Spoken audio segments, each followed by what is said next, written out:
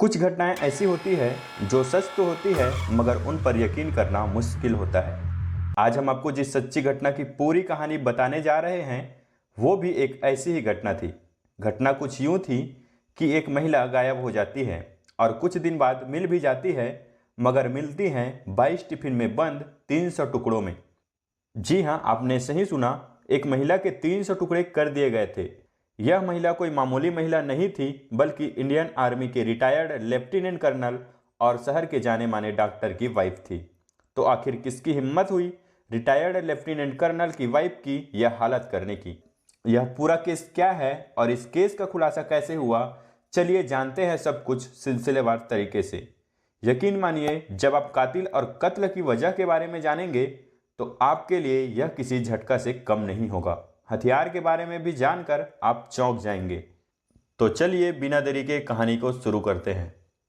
उड़ीसा की राजधानी भुवनेश्वर में नयापल्ली नाम की जगह है। यहीं एक बड़े बंगले में इंडियन आर्मी के retired lieutenant colonel doctor Somnath Parida अपनी पत्नी उषा श्री संभल के साथ रहा करते थे। सोमनाथ परिदा ने 1970 में इंडियन आर्मी ज्वाइन की थी, जबकि वे लेफ्टिनेंट कर्नल के पद पर रहते हुए 1992 में आर्मी में रिटायर्ड हुए थे। आर्मी में वो बतौर डॉक्टर अपनी सेवाएं दे रहे थे। डॉक्टर सोमनाथ परिदा की गिनती आर्मी के बेस्ट सर्जन में की जाती थी। आर्मी से रिटायर्ड के बाद इन्होंने लंबे समय तक वर्ल्ड हेल्थ ऑर्गेनाइजेशन यानी WHO के साथ काम किया था। जब वह भुवनेश्वर में रहने लगे तो उन्होंने अपना खुद का क्लिनिक स्टार्ट कर लिया था। डॉक्टर सोमनाथ परिदा और उषा श्री संभल के 2 बच्चे भी थे। बेटा डॉक्टर बनने के बाद अमेरिका में सेटल हो गया था, जबकि बेटी दुबई में सेटल हो गई थी। दोनों बच्चे दूर रहते थे, मगर फ़ोन पर ज़रूर बात होती रहती थी। बच्चों की बात ज़्यादातर अपनी माँ से ही होती थी, क्योंकि सोमनाथ परिदा कुछ अलग ही मिजाज के थे। इन्हें बहुत जल्दी गुस्सा आ जाता था, इस कारण उनकी किसी से भी ज़्यादा नहीं बनती थी। यहाँ तक कि अपने बच्चों से भी उनके रिश्ते बहुत अच्छे नहीं थे। सामाजिक रूप से वे खुद को अलग अलग रखते थे। कहने को तो उनका घर एक बड़ा सा विला था, मगर उसमें इन दोनों के अलावा कोई नहीं रहता था। इनके यहाँ रिश्तेदारों का आना जाना भी बहुत कम ही होता था। कुछ लोग तो सोमनाथ परिदा के बड़े से बंगले को भूतिया घर भी कहते थे। रूटीन के मुताबिक सोमनाथ परिदा शाम को 6 बजे सो जाया करता था और सुबह 3 बजे उठ जाया करता था। समय यूं ही कट रहा था। हमेशा की तरह जब जून के महीने में अमेरिका में रह रहा बेटा अपनी माँ को फ़ोन करता है तो मोबाइल स्विच ऑफ आता है। वह सोचता है कि माँ शायद कहीं बिजी होगी, इसलिए वह थोड़ी देर बाद फ़ोन करता है, मगर मोबाइल अब भी स्विच ऑफ ही आता है। अगले दिन वह फिर से माँ के नंबर पर फ़ोन करता है, मगर मोबाइल स्विच ऑफ ही आता है। ऐसे में बेटे को चिंता होने लगती है और वो अपने पिता को फ़ोन करता है। जब वो पिता से माँ के मोबाइल के स्विच ऑफ होने के बारे में पूछता है तो सोमनाथ परिदा कहते हैं कि तुम्हारी माँ कुछ दिन पहले ही अपनी बेटी के पास दुबई गई है, इस कारण उसका मोबाइल स्विच ऑफ आ रहा है। इतना सुनने के बाद वो दुबई में रह रही अपनी बहन के पास फ़ोन कर माँ के बारे में पूछता है। इस पर उसकी बहन कहती हैं कि माँ तो दुबई में मेरे पास है ही नहीं। इनफैक्ट कुछ दिनों से तो माँ से हमारी कोई बात ही नहीं हुई है। अब बेटा एक बार फिर से अपने पिता के पास फ़ोन करता है और कहता है कि आप झूठ बोल रहे हो, माँ तो दुबई में है ही नहीं। इस बार सोमनाथ परिदा अपने बेटे पर ही चिल्लाने लगते हैं और फ़ोन काट देते हैं। इसके बाद उनका बेटा कई बार फ़ोन करता है, मगर सोमनाथ परिदा फ़ोन नहीं उठाते। अब थक हार कर बेटा भुवनेश्वर में ही रह रहे अपने मामा के पास यानी सोमनाथ परिदा की पत्नी उषा श्री संभल के भाई रंजन संभल के पास फ़ोन करता है। उसे कहता है कि आप घर पर जाकर देखिए कि माँ कहाँ गई हैं, क्योंकि पिताजी कह रहे हैं कि वह दुबई में हैं, जबकि बहन ने बताया कि माँ तो दुबई में आई ही नहीं है। इतना सुनने के बाद रंजन संभल अपनी एक अन्य बहन के साथ सोमनाथ परिदा के घर पर आ जाते हैं। वह दरवाजे पर काफ़ी देर तक नॉक करते हैं, मगर अंदर से कोई जवाब नहीं आता। जब वह लोग दरवाजे पर नॉक करना जारी रखते हैं तो काफ़ी देर बाद दरवाजे की बजाय बगल की एक छोटी सी खिड़की खुलती है, जहां से सोमनाथ परिदा इन दोनों से बातें करते हैं। उषा श्री के बारे में पूछे जाने पर सोमनाथ परिदा कहते हैं कि वह तो अपनी बेटी के पास दुबई गई है। इस पर रंजन अपने जीजा सोमनाथ परिदा से कहता है कि आप झूठ बोल रहे हैं, वो तो दुबई नहीं गई हैं, आप पहले दरवाज़ा खोलिए फिर हम बात करेंगे। इतना सुनते ही सोमनाथ परिदा उन लोगों पर भी चिल्लाने लगता है और खिड़की भी बंद करके अंदर बैठ जाता है। इसके बाद बाहर खड़े लोग काफ़ी देर तक दरवाज़ा पीटते हैं, मगर दरवाजा नहीं खुलता है। अब रंजन किसी तरह खिड़की तक पहुंच जाता है और अंदर देखने की कोशिश करता है। खिड़की पर खड़े होते ही उसे दुर्गंध महसूस होती है। अब रंजन को समझ आने लगता है कि जरूर दाल में कुछ काला है, इसलिए वह बिना समय गंवाए पास के ही नयापल्ली पुलिस स्टेशन चला जाता है और पुलिस वालों को उषाश्री के गायब होने तथा सोमनाथ परिदा की हरकतों के बारे में बताता है। पूरी बात सुनकर पुलिस तुरंत सोमनाथ परिदा के घर पहुंच जाती है और वो भी दरवाजा खुलवाने की कोशिश करती हैं। पुलिस वालों को लाख कहने के बावजूद सोमनाथ परिदा दरवाजा नहीं खोलते हैं। इस कारण पुलिस वाले दरवाजा तोड़कर घर के अंदर घुसते हैं। घर के अंदर सोमनाथ परिदा बड़ी ही शांति के साथ एक जगह पर बैठे हुए थे। क्योंकि रंजन ने खिड़की से जब अंदर झांकने की कोशिश की थी तो उसे कुछ दुर्गंध महसूस हुई थी, इसलिए पुलिस वाले यह समझने की कोशिश करने लगते हैं कि आखिर यह दुर्गंध आ कहां से रही है। वह घर के हर कोने की तलाशी लेने में लग जाते हैं। तलाशी लेते हुए जब वे एक बंद कमरे में जाते हैं तो वहां उन्हें दो बड़े से बक्से दिखाई देते हैं। यह वही बक्से थे जिसका इस्तेमाल इंडियन आर्मी में रहते हुए सोमनाथ परिदा किया करते थे। पहले पुलिस वालों को लगता है कि सोमनाथ परिदा ने इन बक्सों ने पुरानी यादों से जुड़ी अपनी कुछ चीजों को सहेज रखा होगा, मगर पुलिस वाले जब बक्से को खोलकर देखते हैं तो बक्सा सामान के बजाय टिफिन से भरा हुआ था। दूसरा बक्सा भी पूरी तरह से टिफिन से भरा हुआ था। दोनों बक्सों में कुल मिलाकर 22 स्टील के टिफिन थे। इतनी अधिक संख्या में टिफिन देखकर पुलिस चौंक जाती है। टिफिन के बारे में पूछे जाने पर सोमनाथ परिदा कोई प्रॉपर जवाब नहीं दे पाते हैं।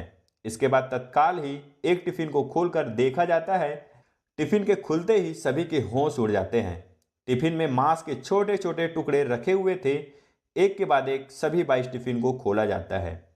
पता चलता है कि सभी टिफिन मांस के टुकड़ों से ही भरा हुआ था। पहली ही नज़र में पता चल जाता है कि यह इंसानी मांस के टुकड़े हैं। इन टुकड़ों को बड़ी ही सफाई के साथ काटा गया था। इन टुकड़ों के बारे में पूछे जाने पर सोमनाथ परिदा कहते हैं कि टुकड़ा उनकी पत्नी उषाश्री का ही है। दरअसल मेरी पत्नी साईं बाबा की भक्तिन थी। अचानक एक दिन उषाश्री ने अपना सिर जमीन पर पटकना शुरू कर दिया और उसे इतनी देर तक अपना सर पटका कि उसकी मौत हो गई। मरने से पहले उसने मुझसे कहा था कि मेरे मरने के बाद मेरा अंतिम संस्कार शिरडी में करना। उषा की इच्छा के अनुसार उसे ऐसे ही शिरडी ले जाना मेरे लिए संभव नहीं था, इसलिए मैंने लाश के टुकड़े करके टिफिन में बंद कर दिए ताकि मैं एक एक करके उन टिफिन को शिरडी ले जाऊं और वहां उषाश्री का अंतिम संस्कार कर सकूं। यह दावा अपने आप में ही बहुत अजीब था। आखिर कोई कैसे खुद ही अपनी सर पटक पटक कर मार सकता है। इसलिए पुलिस वाले अब सख्ती से सोमनाथ परिदा से पूछताछ शुरू करते हैं। उधर जब उन टुकड़ों की जांच पड़ताल की जाती है तो पता चलता है कि उन टुकड़ों में सर वाला हिस्सा शामिल नहीं है। इसलिए अब सर की खोज शुरू होती है और खोज घर के अंदर बड़े से टेबल के ऊपर जाकर खत्म होती है। दरअसल सोमनाथ परिदा ने उषा का सर काट कर हाल के बीचों बीच रखे बड़े से टेबल पर अच्छे से सजा रखा हुआ था और उसे हाथ से ढक कर रखा हुआ था कि किसी को भी पता न चले। सिर काफी हद तक सड़ चुका था, यहाँ तक कि सिर की स्किन और बाल भी अलग हो रहे थे। हालांकि बदबू कम थी क्योंकि बदबू छुपाने के लिए सोमनाथ ने खास केमिकल का उपयोग किया था। कटे हुए सर को टेबल में रखने की वजह जब पुलिस वालों ने सोमनाथ परिदा से पूछी तो उसने जो जवाब दिया वो बेहद हैरान करने वाला था। सोमनाथ के मुताबिक वह हर रोज घंटों उसे टेबल के सामने बैठकर अपनी पत्नी उषाश्री के कटी सर से बात किया करता था। भले ही सोमनाथ परिदा ने आत्महत्या वाली कहानी पुलिस को बताई थी, मगर पुलिस इस कहानी पर यकीन नहीं करती है और मामले की तह तक जाने के लिए अपनी जांच का दायरा बढ़ाते हुए पूरे घर में बारीकी से सर्च करना शुरू कर देती है। साथ ही सोमनाथ परिदा से भी सख्ती से पूछताछ का सिलसिला शुरू होता है और उसे पूछताछ में खुलासा होता है वह बेहद ही हैरान करने वाला होता है। पुलिस पूछताछ में खुलासा होता है कि उषाश्री ने आत्महत्या नहीं की थी, बल्कि किसी बात को लेकर 3 जून 2013 को सोमनाथ परिदा और उषाश्री की लड़ाई हुई थी। इसी लड़ाई के दौरान सोमनाथ ने अपने पास मौजूद स्टील की रॉड से अपनी पत्नी के सिर पर जोरदार वार किया था। वार इतना जोरदार था कि उषाश्री वहीं पर गिर गई और बेहोश हो गई। पत्नी के बेहोश होने के बावजूद सोमनाथ परिदा का गुस्सा शांत नहीं हुआ, बल्कि उषाश्री का जान लेकर ही सोमनाथ का गुस्सा खत्म हुआ। सोमनाथ के मुताबिक उषा के मरने के बाद लाश को छुपाना उसके लिए बड़ी चुनौती थी, इसलिए तो पहले तो उसने एक कमरे में लाश को रखकर कमरा बंद कर दिया और अगले दिन जब काम वाली काम पर आई तो उसे तुरंत ही नौकरी से निकालकर फिर कभी ना आने के लिए कह दिया। उसके बाद सोमनाथ परिदा ने पहले दिन लाश के टुकड़े टुकड़े किए और उन्हें टिफिन में भर दिया। इस तरह वह हर रोज एक नई दुकान से 2-3 टिफिन खरीदता था ताकि किसी को शक न हो, और वह रोज टिफिन खरीद लाता था और उसी हिसाब से लाश के टुकड़े करके टिफिन में रख देता था, फिर उनको बड़े से बक्से में रख देता था। सोमनाथ परिदा ऐसा तब तक करता है जब तक कि उषाश्री पूरी तरह से टुकड़ों में नहीं बढ़ जाती। लाश की बदबू बाहर न फैले, इसलिए सोमनाथ परिदा मार्केट से बड़ी मात्रा में बदबू छिपाने के लिए इस्तेमाल किए जाने वाले केमिकल भी खरीद लाता है। इसके अलावा वो घर में फिनाइल का भी छिड़काव करता था ताकि बाहर बदबू ना जाए।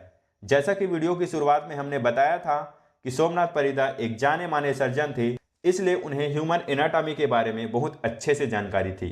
इस कारण उन्हें लाश के टुकड़े करने में कोई परेशानी नहीं हुई और उसने लाश के टुकड़े करने के लिए किसी बड़े हथियार का इस्तेमाल भी नहीं किया, बल्कि ऑपरेशन में इस्तेमाल होने वाले कैंची, छुरी इत्यादि से ही सोमनाथ परिदा ने पत्नी उषाश्री के 300 टुकड़े कर दिए। पुलिस जांच में खुलासा हुआ कि हर टुकड़े की लंबाई लगभग 6 इंच के आसपास थी। पुलिस ने यह तो पता लगा लिया था कि उषाश्री की हत्या किसने की, मगर हत्या का मोटिव क्या था यह अब भी पता नहीं चल पाया था। इसलिए अब पुलिस हत्या के उद्देश्य का पता लगाने में जुट जाती है। जांच पड़ताल के दौरान खुलासा होता है कि सोमनाथ परिदा की पत्नी उषाश्री को शक था कि सोमनाथ का चक्कर उसके ही क्लिनिक में काम करने वाली एक लड़की के साथ चल रहा है। इस बात को लेकर अक्सर सोमनाथ परिदा और उषाश्री के बीच लड़ाइयाँ होती थी। 3 जून 2013 को भी इसी बात को लेकर दोनों में लड़ाई हुई थी और बात इतनी बढ़ गई कि सोमनाथ परिदा ने उषाश्री के सर पर पास में रखे राड से वार कर दिया और फिर उसकी जान ले ली। इसके बाद 22 जून 2013 को उसे गिरफ्तार करते हुए जेल भेज दिया जाता है और हत्या तथा सबूत मिटाने की धाराओं के तहत सोमनाथ परिदा पर मामले दर्ज किए जाते हैं और केस की सुनवाई डिस्ट्रिक्ट एंड सेशन कोर्ट में शुरू होती है।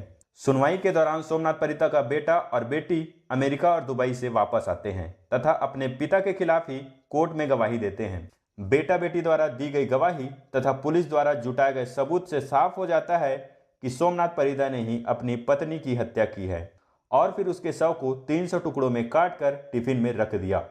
इस तरह उषाश्री की हत्या का दोषी करार देते हुए डिस्ट्रिक्ट एंड सेशन कोर्ट द्वारा सोमनाथ परिदा को 25 फरवरी 2020 को उम्र कैद की सजा सुनाई जाती है। साथ ही उसे 50,000 का फाइन भी लगाया जाता है।